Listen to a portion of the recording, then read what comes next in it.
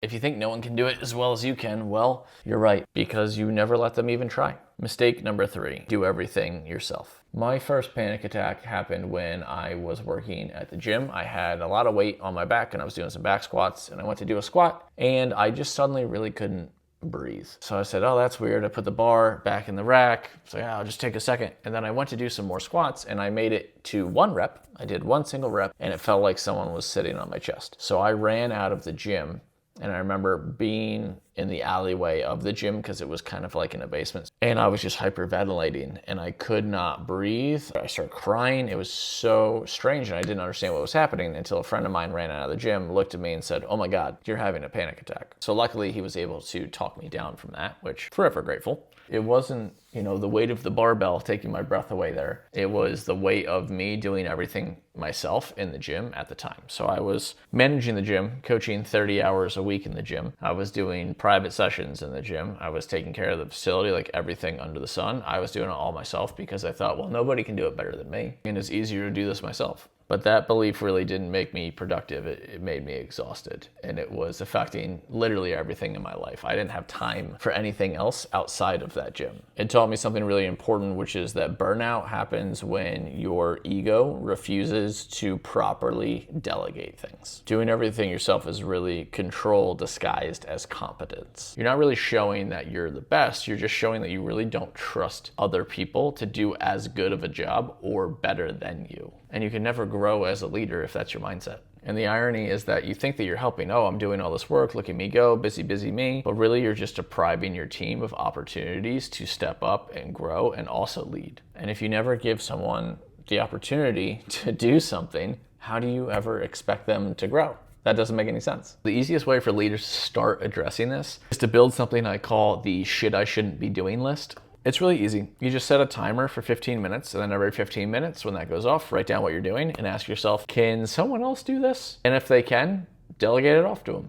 That's how you start to scale your leadership without losing your mind. I break down that framework a little bit more in the book, but that is the gist of it, and it can be that simple to start learning how to delegate more effectively. Because the longer you try to do everything yourself, the faster you're going to burn out, and the more you're going to resent your own team because they're not stepping up, even though you're not giving them any opportunity to do the thing that you actually want them to do. So you can delegate stuff, or you can just lose your mind. The choice is really up to you.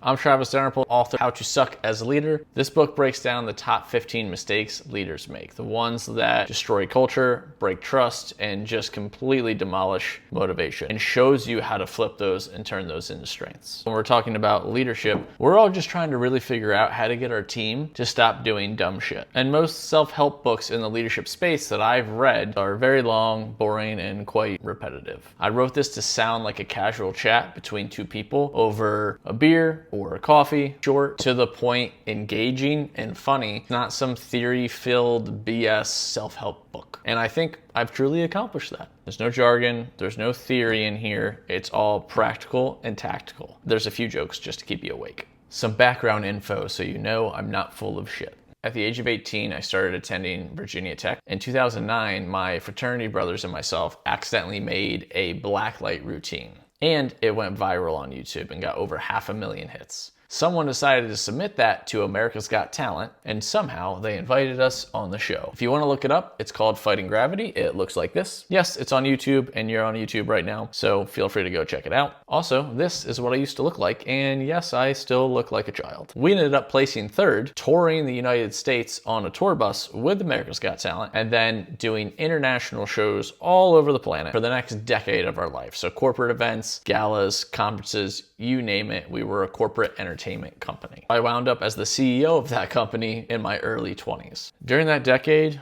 corporate shows, 7-figure events, a swing and a total miss at an off-Broadway show in New York City, think Blue Man Group, but with black lights instead. And then 6 years in a CrossFit gym, going from intern to head coach to general manager. Then I started my own online business and made more money than I ever thought possible. And after that, I joined a mentorship company where I was the director of client success. I had a team of 10 on about a team of 30 and helped that company go from about 2 million in revenue to 8 million in revenue. And during that time, we served literally thousands of clients, all of whom were business owners. Point is, everything in the book actually comes from leading, messing it up, fixing it, and doing that again and again and again so that you don't have to. If you're ready to stop sucking as a leader, grab my book, How to Suck as a Leader, on Amazon. It's available right now.